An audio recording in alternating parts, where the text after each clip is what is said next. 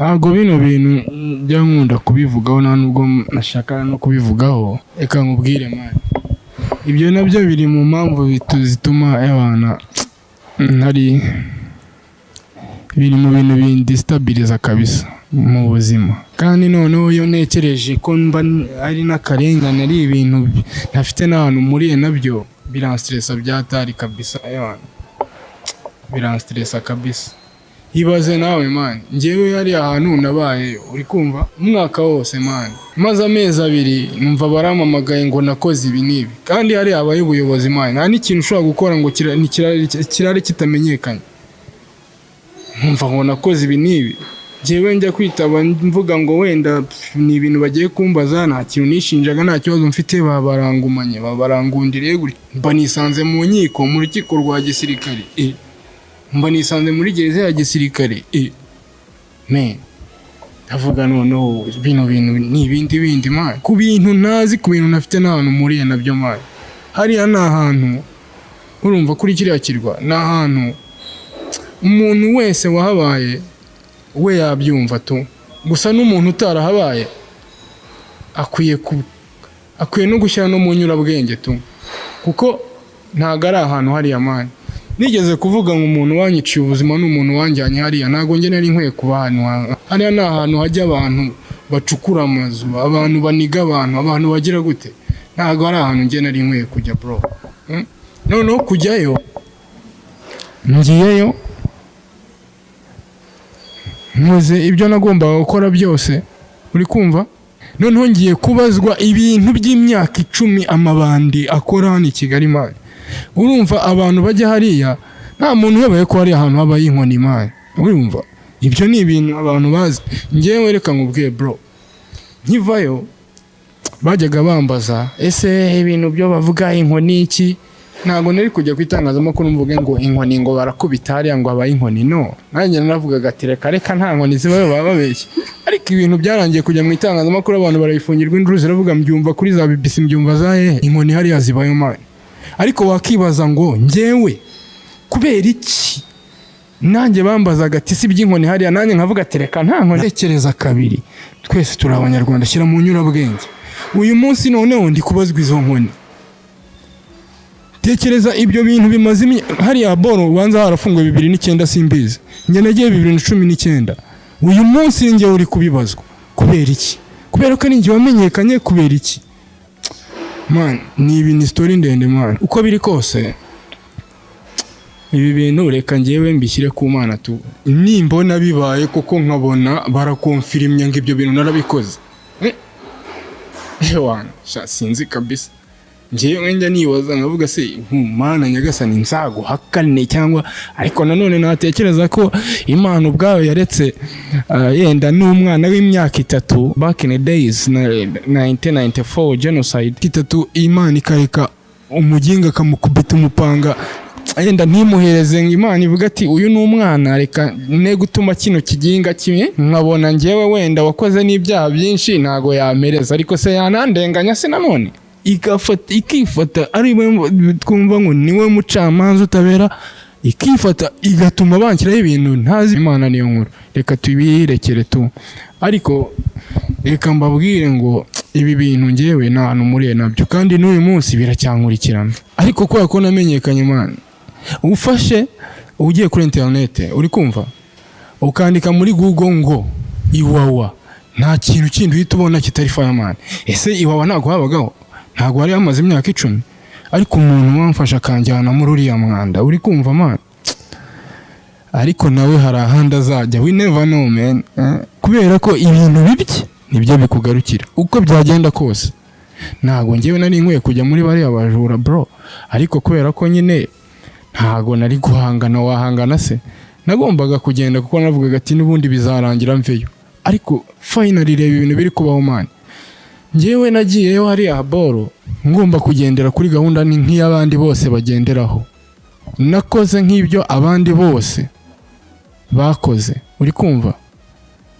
Nagombaga no kubazwa n'icyabazwa undi ari we wese. Noneho njyewe ngo nakubise umuntu ngo aravunika, ngo umuntu namukubise mu kwa 2 ngo kwa 2019, njyewe nagiye 2018 kwezi kwa 9, uri kumva ngo umwe ngo namukubise mu kwa 12 2018 undi ngo mukubita mu kwa 2 2019 noneho ndangije ntaha mu kwa 9 2019 bivuze ngo uwo muntu twamaranye amezi 7 umuntu ngo namukubise mu kwa 12 undi mukubita mu kwa 2 ni ibintu biba biri justifiable uri kumva uwo muntu ubwato burahaguruka bujya kumuvuza Igisenyi aragaruka naramuvunnye amezi 7 arashira noneho mpabwa na certificate ibyo bintu numva bishoboka Iwawa na hantu hatabaho kwisi na hantu igitutsi kibayo ni kimwe cyonyine ni wa kigabo we uri kumva ibeshye utuko umuntu ngo wagicucu ijambo igicucu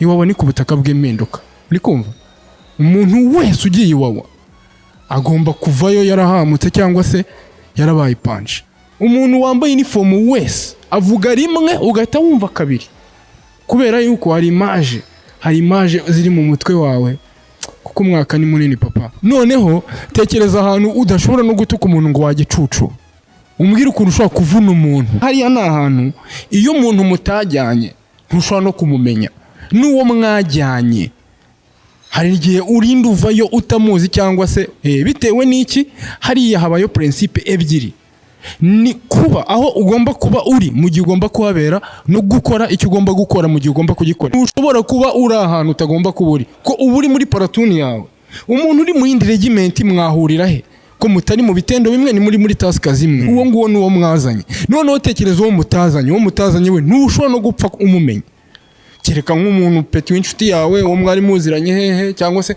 naho ubundi kuvuga ngo umuntu ntimwazanye aho ngo nta hantu mwamugo kuko ni umudaheranwa wuri intore nanjye ngereho ndi umudaheranwa abo nasanze ubintore kereka abo twari dusanzwe tuziranye niwe mwavugana byonyine guhura se ko buri muntu abagomba kuba ari kujya aho agomba kujya kuba ari ntushobora guhagarara ntushobora kuva mu murongo ntushobora kugira gute uwo muntu nari kumumenya gute abo bantu banshinja ntago mbazi ngewe noneho mbwira ukuntu abo bantu nari kumarana nabo igihe kingana gutyo uri kumva nkarinda ntaha abo bantu nta muyobozi n'umwe babibwiye ngo uku nguku ubona ameze gutya ni kanaka wangize gutya uri kumva icyo kintu wakibaza se noneho kandi wawareka nkubwire habayo abo bita aba psychologist buri munyeshuri wese afite psychologist wawe abagomba kumenya buri kintu cyose ariko biratandukanye psychologist w'abajura ntabwo ari psychologist w'abantu bikubita yewe nimba nafite psychologist yenda nabo twari turi kumwe ku biyobyabwenge kuri case ibiyobyabwenge ntago namenya ibyo babwira abajura cyangwa iki wenda namenya ibyo babwira ibiyobyabwenge kandi ibiyobyabwenge nabyo biratandukanye kumva abantu banywa amayoga cyangwa banywa buriya buyuki cyangwa niki n'abanywa imogi n'abanywa za heroin baratandukanye ngiwe ndi muri heroin abo ubwabo n'imitekerereze yabo ibitandukanye n'abanywa imogi cyangwa se n'abanywa buriya buyoga ko capacity intellectuelle ziba zitandukanye thinking capacity ziba zitandukanye niyo mpamvu babahereza aba psychologist according to your thinking capacity hari ahantu narakubwiye ngewe uri kubivuga uyu munsi ni ibintu byagiye ahagaragara mu bantu 4,500 ngewe ndiyo hariya abibiyobyabwenge ntago bari barenze 1,000 kwizina ry'Imana ariko tekereza nimba 3,500 ari abajura uri kumva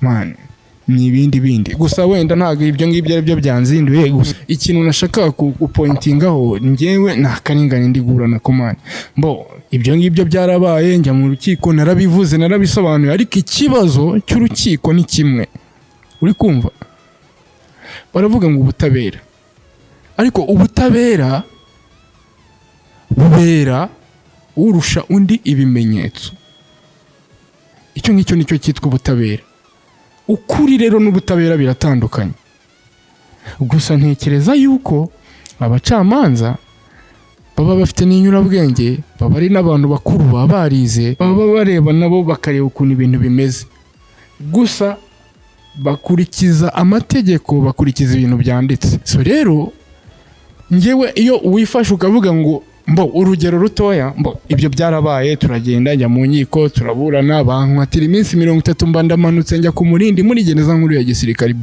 bamfashe 2019 ntare nanaruhuka mari maze amezi 2 yonyine ntashye bangiye 2020 nayitangiriyeyo mba namanutse ku murindi nibwo naje kujurira nyine mu rukiko rukuru rwa gisirikare nibwo rwaje kundekura procedure kundekura rero nabwo basanze wa wundi uvuga ko namukubise ngo mu kwa 12 expertise medicale zihabanye n'ibyo ari kuvuga. Iyo niyo mana yonyine nagize urupapuro rwa muganga ruza ruvuga ngo afite cicatrice au niveau de la cuisse mais difficile à préciser la durée. Nukuvuga ngo afite inkovu ku kibuno ariko bigoye nyine kumenya igihe zagiriyeho. Kandi iyo yaravugaga ngo namuvunnye ngo ruseke. Ngo namuvunnye ruseke. Urumva expertise medicale zitandukanye n'ibyo avuga. Aho ngaho nibwo abacamanza bavuze ati se mwebwe muri kuregera umuntu ngo yavunitse ruseke expertise medicale muganga aravuga ko nta uwo ni wo mu kwa 12. Uwo mu kwa 2 we afite sima ngo yagiyeho sima. Nimba yaragiyeho sima ubwabyo biragaragara ko yaravunitse. Ahubwo ikibazo ninde wamuvunnye kukibabikira ngewe. Kuvunika yaravunitse ko ariho sima sawa ariko singe wamuvunnye. Urugero umuntu aravuze ati urugero ruto cyane uri kumva ngewe nari ndi hariya nari ndi wabantu nk'umuntu wamenyekanye abanyamakuru yo bahazaga ninge bose baje baza gutunga microphone najyaga ngira mbo nigeze no kuvayo nzi Kigali ibyo ni ibintu umuntu uriyo ababona nk'inzozi kuko niyo uriyo ntubuzi kuzanataha ngewe ukubwira gutya kwizina ry'Imana narinze nkandagira mu bwato hari nemera ko ntashye Kigali mu Rwanda hari ahantu uriyo ntago ubuzi kuzataha. Noneho umuntu rero kubona wowe ugenda ukagaruka ukajya Kigali wibuke yuko hari abari abajura. Tekereza ngewe nabayeho na directeur wabo bita babita abigishwa muri hari bitwa abanyagashati abanyakaginga nyine babandi batazi gusoma no kwandika. Il faut voir abantu 1,100 batazi kwandika na i batazi kwandika ifi batazi kwandika isi. Uri kumva abantu uburimo. Tekereza uwo muntu mu buzima bwe ni umujura nta kindi kintu azi gukora. Aniga abana acukura amazu. Noneho ngewe unjyanye kubana nawe no kugira ngo tujye ku muhunda umwe turitekereza bitandukanye. Uwo muntu none narangiza najya kubona abone ngewe ndi umuntu bakuraho mu kirwa nkajya mu bwato nkazi Kigali kuri televiziyo. Uri kumva? Noneho naje kumenya ko uwo muntu bavuga ngo yavunitse akaboko ni umunyagashati n'izina ry'Imana. Uri kumva man? Uwo muntu umva yatekereza gute? Ntago turi umutekerereza ariko nawe shyira mu gaciro. Uwo muntu ni umujura, acukura amazu, aniga abantu kugira ngo abeho arahemuka. Uri kumva? Ntazi no kwandika isi. Uri kumva? Noneho abona ngewe nshobora no kuvaho ngaho nkanagaruka. Abona abantu baje abanyamakuru abantu baje kudusura hano kwa kundi abantu babasafishije. Urabizana abayobozi bagiye kuza bahita bahagira neza ntago ariko basanzwe hamwe ntago ari ukuvuga ngo ni woba naho hariho hose ku mudugudu cyangwa no muri makaritsiye tubamo iyo tuzi ko ari buze umuntu murabizi biba twese turabizi. Ibaze noneho ahantu hasafishijwe gutya ibintu byose babitabye babitsimbye noneho wa muntu ari kubona bari kuvuga wa muhanzi ari hehe wa muhanzi ari nkaba ndaje byibuze ngewe nagiriwe nayo mahirwe n'Imana niko navuga ko nanjye sinari kuba narize ko ngewe ubundi ukuntu navutse n'ukuntu abayeho nanjye nakabaye kuba ameze gutyo ariko Imana yangiriye ubuntu byibuze nyura mu ishuri mfite uburyo byibuze navuga uburyo naganiriza abantu runaka n'abantu runaka nzi gutandukanya ukuntu naganiriza abantu abanabo yewe nzi no kwiyorobekana na kubeshya originali ukagira ngo turi kumwe kandi tutari kumwe bitewe n'iki uri kuyibona ariko hari umuntu utabishobora bitewe nuko ngewe none ubwo wumva nimba mfite uburyo nabwira Claudinga na gutyo kabona ko ndi umuntu wamenyekanye mbese nabo bambonagamo ko wenda hari ikintu nafasha yenda kwihinduka uwo muntu rari yabona ari wowe agera akabona yuko wowe ushobora no kuba utari n'umunyeshuri uri kumva ashobora kubona ko wowe ushobora kuba utari umunyeshuri nkawe. Iyo ni poor minded.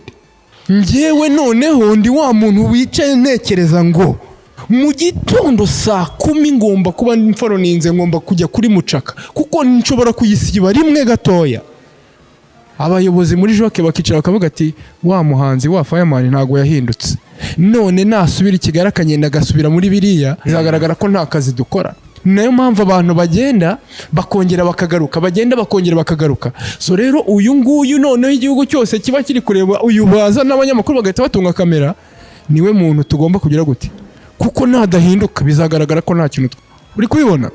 Ibyo bintu nabaga nanjye mbitekereza, nta gitendo na kimwe nigeze ntega na kimwe, kandi nta gitendo kidategwa.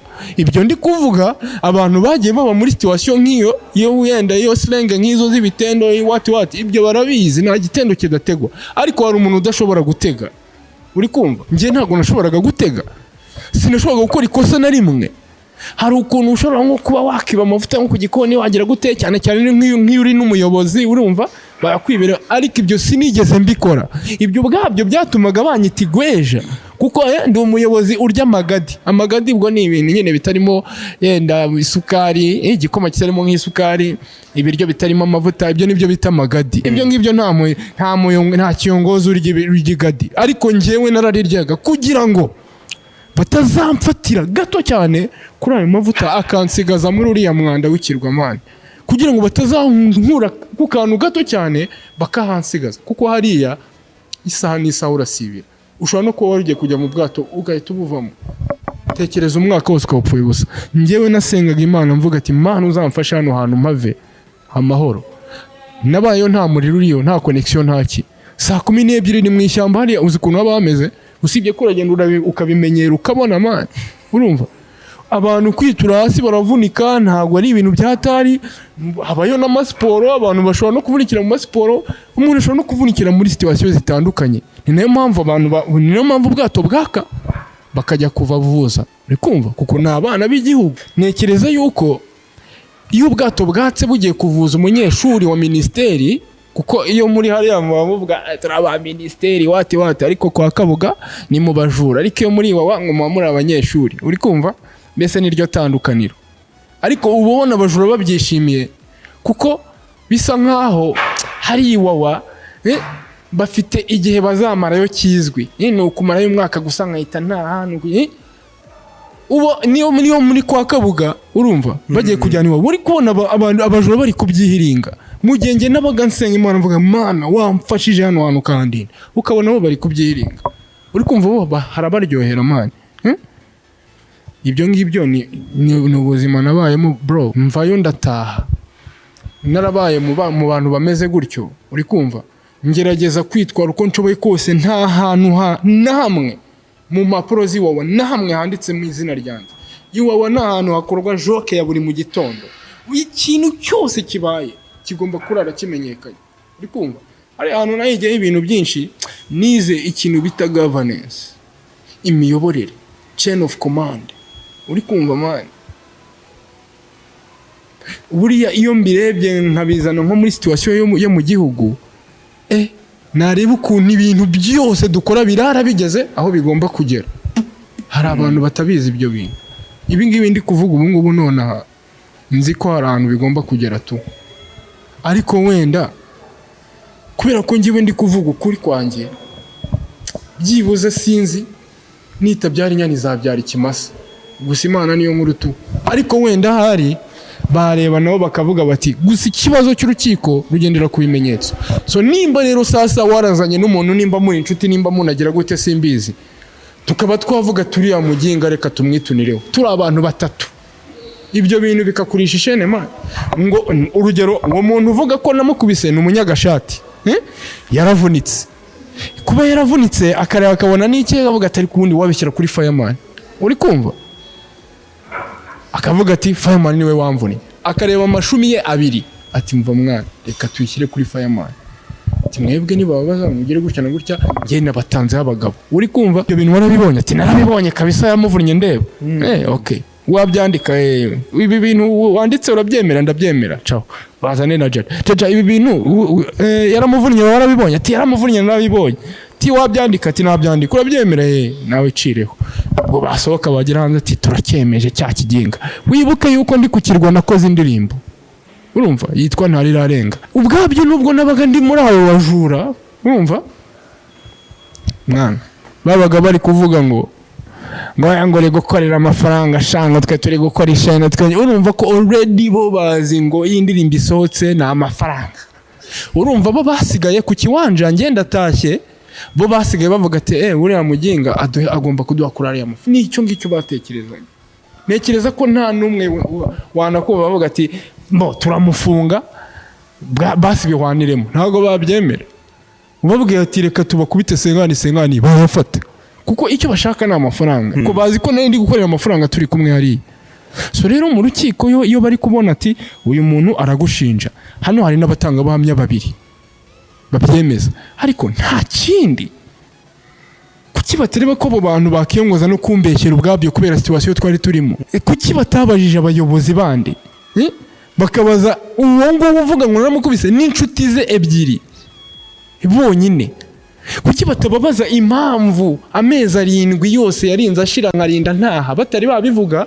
Hashize amezi 9 ngo Fireman yaradukubise. Bashobora kuba baranze yenda kuregera abayobozi, banze kuregera abayobozi kuko ayenda aravuga ati Fireman nitumwe, ariko se ntago bibaho. Abo bose twabonye iwowe nta ikintu bita imboga. Iri jambo ryo kuvuga ngo abantu ngo kurya imboga ryavuye hari, ntago iwowe bajya barya imboga. Sinzi cyatumye bavuga ngewe, gusa ntekeza ko ari ishyari nta kindi. Sinzi nicyo banshaka. Gusa ngewe iyo nsubije inyuma ubwenge bwanjye nkibuka nanariyo ukuntu bavugaga ati wari gukorera amafaranga, nta kindi. Wibuke ko nabajura nta kindi bazi. Ese ubu nko muri Covid utekereza ko abajura se si abantu? None se uzi ko babayeho gute ubu ngubu kandi ko nta kindi kintu bari bazi gukora? Ko nibo bahora hariya kwa Kabuga, nibo bahora iwaba kwa Kabuga, kwa Iwawa, kwa Kabuga, Iwawa, kwa Kabuga, Iwawa. Si uko nkuko bimeze kandi ni benshi ubu se bari gukora iki?